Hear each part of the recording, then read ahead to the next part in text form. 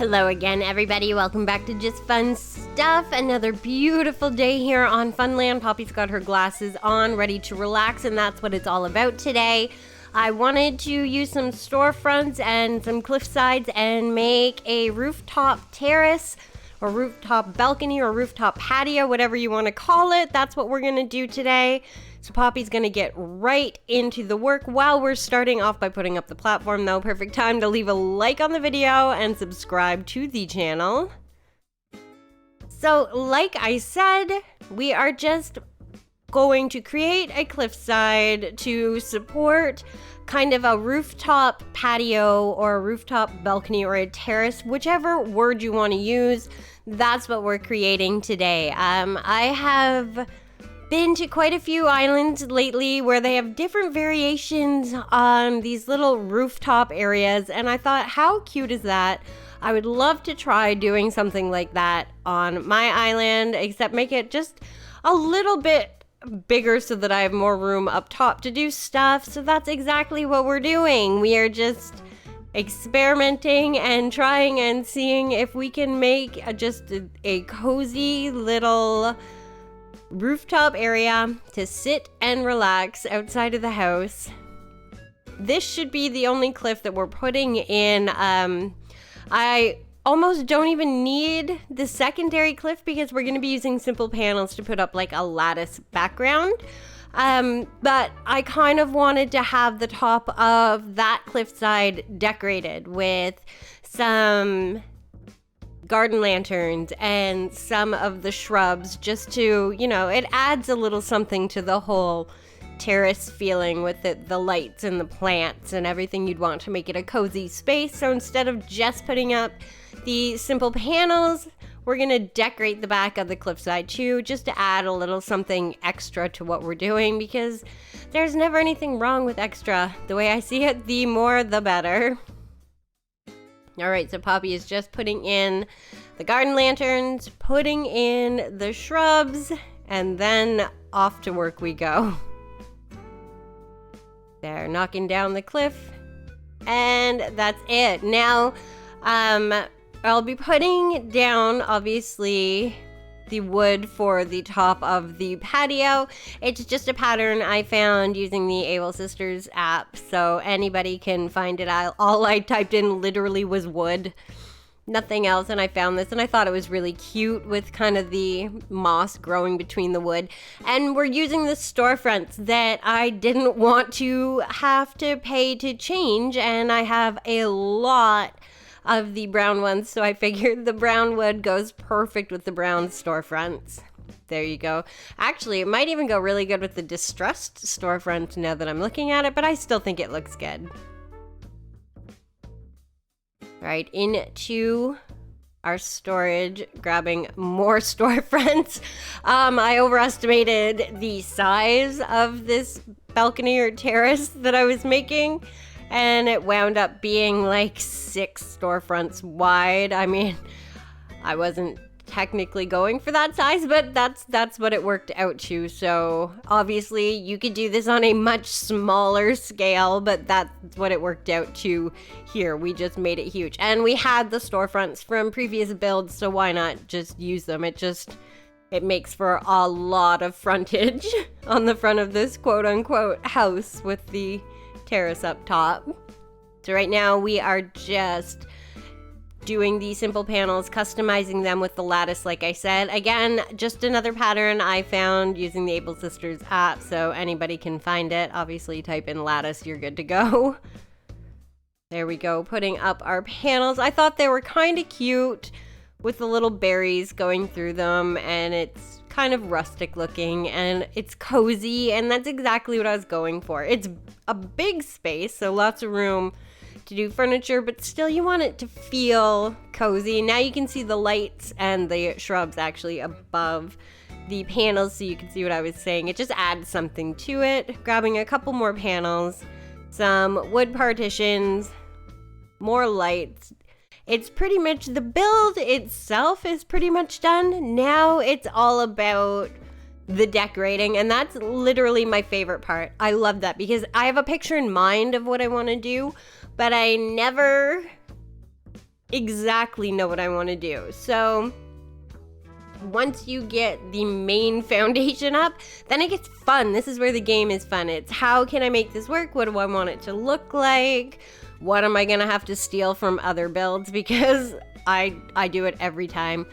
I try not to buy more than I need to. I'm gonna have a massive storage clean out because I have so many items now, so I hate buying more to make more builds. I kind of try to use what we have at the time, although I guess I could sell my storage out and then buy more stuff. It's not for a lack of bells, it's a lack of room. Anyway, my point in saying that is I'm always running around to other builds and borrowing. I'm guaranteeing you it's gonna happen here. I've had these Nordic sofas in my storage for a while that I had already pre-customized a long time ago. I didn't know what to do with them, and I thought, how cute is that on top of the terrace? Along with, obviously, the bistro table so you can sit and relax. Oh, here we go. The theft of items from other builds has begun. The fire pit. Sorry, Tokonoma Cabana, but we need your fire pit. Fire pits aren't cheap either. They're a lot of bells. There we go. Putting in some plants again, keeping it really, I don't want it overdone on top. I want to be able to, move around and sit down and see stuff, but you still want that coziness. And I think the plants bring in so much coziness. I absolutely love them. All right, here we go.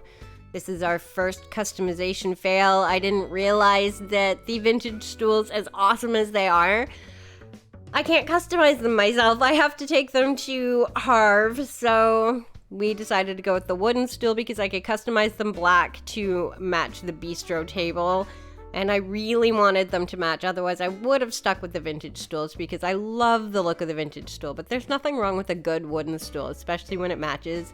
Now you can see how cozy and cute the rooftop is becoming. I'm gonna have to either get some vines to put up the side or one of those ladders that you leave in place so that if anybody does come in a dream, you can definitely climb up the side and check it out. I have yet to do that, but I will definitely do that. And I can't do any sort of build without putting in some sort of path, and I don't think the wood planking on the top of the terrace counts. So putting in a little bit of a path here just in front of the house. I love the way that it looks, and obviously we're going to be putting trees and decorations in front of the house, so it just adds to the whole area, makes it a thing, and keeping it super, super simple with this path. We're not trying to make big angles or skinny lines or make it all curvy and pretty. We are literally just pathing out the front of this area, so super, super simple.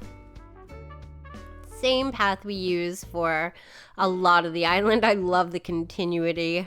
Is that a word?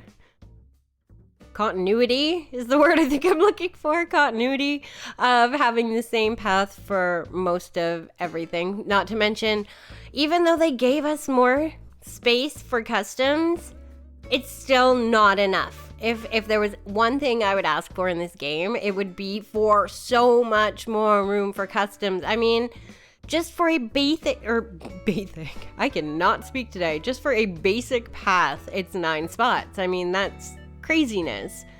So if you want to have multiple paths, that's so many spots, not to mention the little things like signs and lattice work and the wood framing up there. So yeah, more space in the custom area would be great. Now we're doing the little details, like I said, decorating the side of our little house. Of course, the pine trees. There's some of the flower gardens or flower beds at the side. We put in some country fencing. We put in some hedging. The party lights to edge the front of the house just looks cute. Added some cacao plants because I love them. There wasn't any room to put any more the store-bought pine trees, so we had to use actual trees. I can't remember the last time other than bamboo where I've been moving around and doing actual trees, so it was kind of nice for a change. Grabbing a few more things, a few more pine trees, of course, a few more other things, and then I remembered I had the cube lights. And I thought to myself, how cute would it be to have the cube lights lit up, but with the same lattice pattern that's at the back of the terrace. So that is my plan. I love the cube lights. I have not utilized them enough. I think they're so adorable. So we did them in the same lattice pattern, and then I went to go put them up top on the terrace, and I wasn't feeling it. Not that they don't look good. Put a topiary instead. Again, plants, keeping it comfortable. I still love the cube lights, and I love the pattern of the lattice, just not there. So I decided to use them to frame the actual storefronts. I think they look so cute. They're going to add a lot of light at night, and I love the lattice pattern. I just think it's adorable, and it almost kind of looks like a plant box if you're looking at it in that way. Found room to put more pine trees, of course, and I can't have multiple builds without mush lamps, so you know I had to throw a mush lamp in there. Same thing here, trying to put in a pine tree. There wasn't enough room. I tried and I tried and I tried, so we went with a natural tree, and it still looks great. And there you have it, a fully decorated rooftop terrace where you can come, sit and relax. It's all gardened out. It looks beautiful. It's a lot of fun. Definitely will put a ramp so that, or a ramp. I will put some sort of ladder or vines you can climb up top, but there you have it. The cozy, comfortable rooftop terrace. I had a ton of fun building it. I hope you guys had a lot of fun watching. I want to thank you so much though for watching, doing this build with me, for liking and subscribing, and I will definitely be back with more Animal Crossing videos.